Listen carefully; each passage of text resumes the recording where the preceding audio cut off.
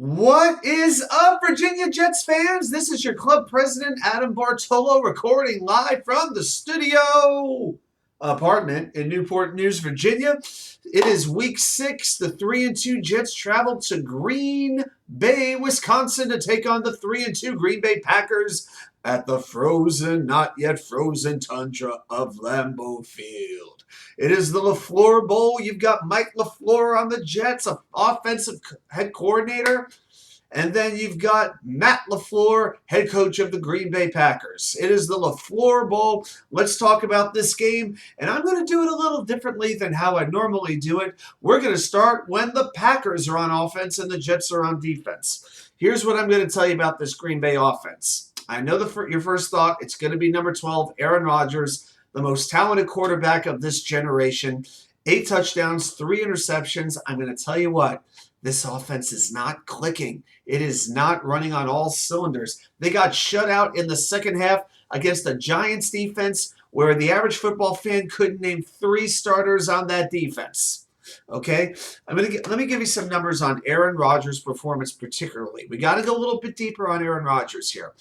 In the first half against the Giants this week, he was averaging 3.5 yards per pass in the air. He was throwing short passes, 3.5 yards. He completed 75% of those passes and had 2 touchdowns. In the second half, he averaged 12.1 air yards per attempt and completed only 47% of his passes and did not score a touchdown.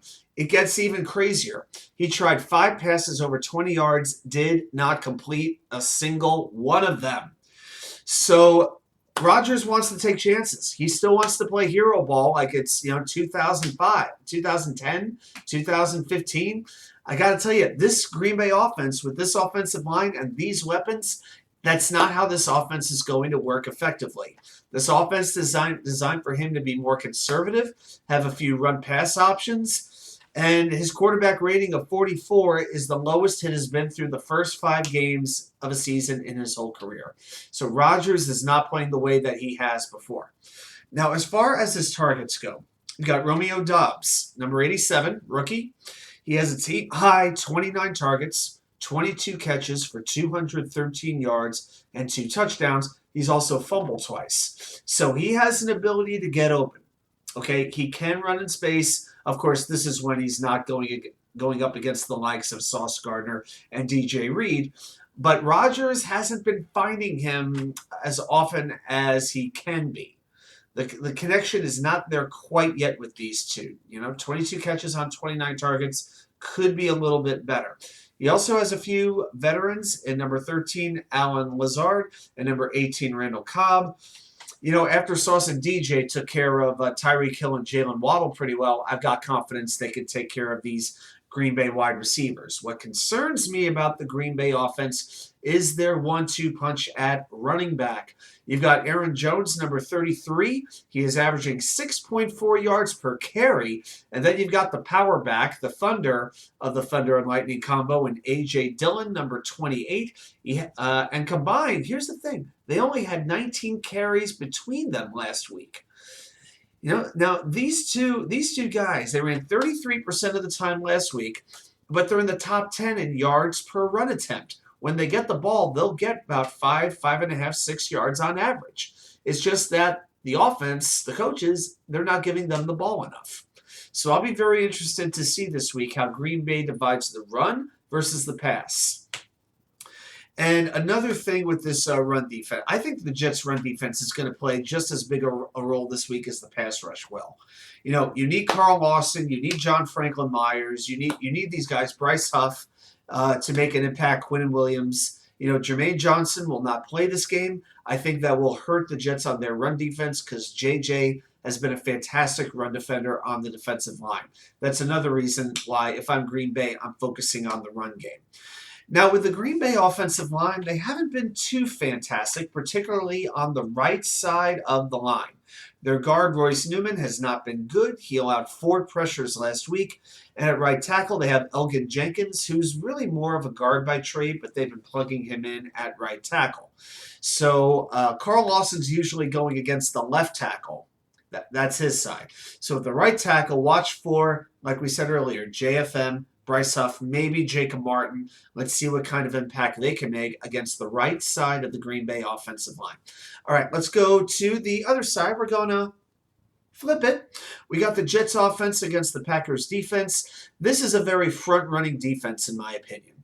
When the Packers are ahead, they've got a good pass rush. They love to blitz, and they love to hit. But they tend to play a little bit more reactionary when when the game is close or when they're trailing. Their run defense has not been that good. They're allowing 4.8 yards per carry. Sounds pretty good for Breece Hall and for Michael Carter. Now, their biggest weakness as far as their pass defense goes are crossing routes, and the other one would be deep routes. Okay, so the Jets can do this with their 4 wide receivers. They can send some players deep. They can cross them up, confuse this secondary, and make some big plays. The Packers defense is allowing 68% of their opponents' passes to be completed. And here's another thing that's interesting. If you look at deep passes on defense, okay, the Packers last year were second best in the league in deep pass defense and not allowing big plays to happen on defense. Passes more than 20 yards. This year, they're 31st. Their deep pass defense has gone into the toilet. It is not working, and the Jets need to try some deep plays in this game and take advantage of that. I mean, the Packers couldn't stop Bailey Zappi of New England. They couldn't stop Daniel Jones and these wide receivers who were, I think some of these guys have brought a ticket and, they were thrown onto the field. So, and the other thing that was interesting last week, the Giants, they started with 3 consecutive 3-and-outs, and then they scored on 5 straight drives. I don't know what it was about this Packers defense, but with them, when it rained, it poured. But they do have some very good talent. Kenny Clark on the defensive line, number 97. He has 18 tackles and 2 sacks.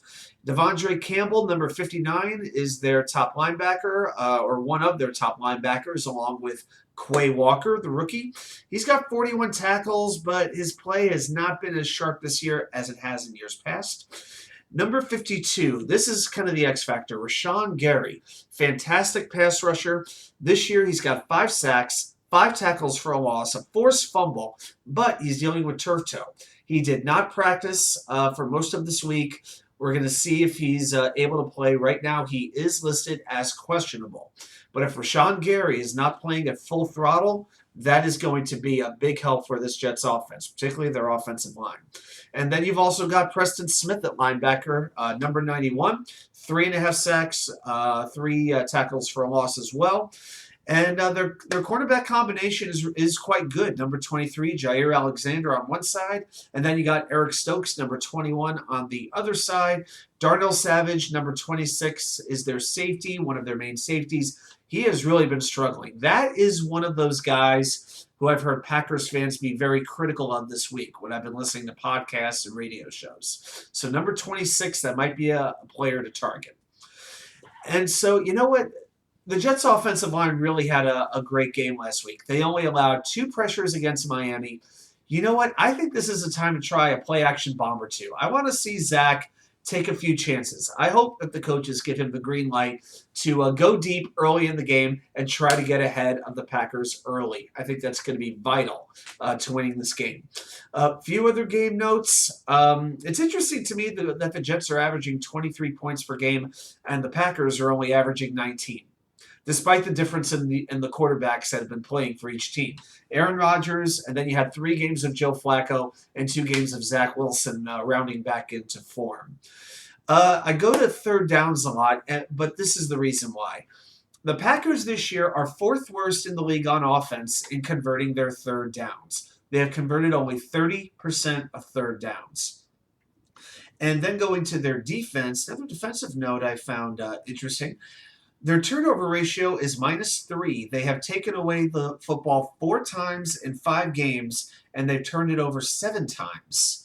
So turnovers, that is pretty big. And I'm actually surprised with this kind of talent that Green Bay is averaging less than 1 turnover per game. And the kicking game, I think, could be a very big deal. Mason Crosby for the Packers has not missed 1 kick yet. He is 6 for 6 on field goals. 11 for 11 on extra points, and Greg Zerline hasn't missed a single kick since week 1. All right, well, those are the game notes. Let's talk about a few club notes. We've got our regular raffle this week. I got a few new prizes. As a matter of fact, check this out. We've got a 2023 New York Jets wall calendar that you can win. As a matter of fact, we not only have one, we have 2 Jets wall calendars. There you go. So come on down to AJ Gators and you have a chance to win one of those 2023 calendars. And we got plenty of other prizes. We've got Earl Christie's book. We've got some jerseys. We've got some fantastic gifts there. And then going forward, remember, October 30th, that is going to be the Halloween contest. So think about your costume, what you might want to wear. And the winner of the Halloween costume contest will get a very special Jets prize. But you're going to have to come to find out what that's going to be. Green Bean will be there as well on October 30th. And remember, November 6th, we are not meeting at AJ Gators. We're going to be at Sneaky Pete's with the Browns fans for their chili cook-off. And remember, all the proceeds go to benefit St. Jude's Hospital. Well, that's your club notes for this week. I want to thank you all very much for watching. I can't wait to see everybody Sunday. Have a great rest of your week. And go Jets!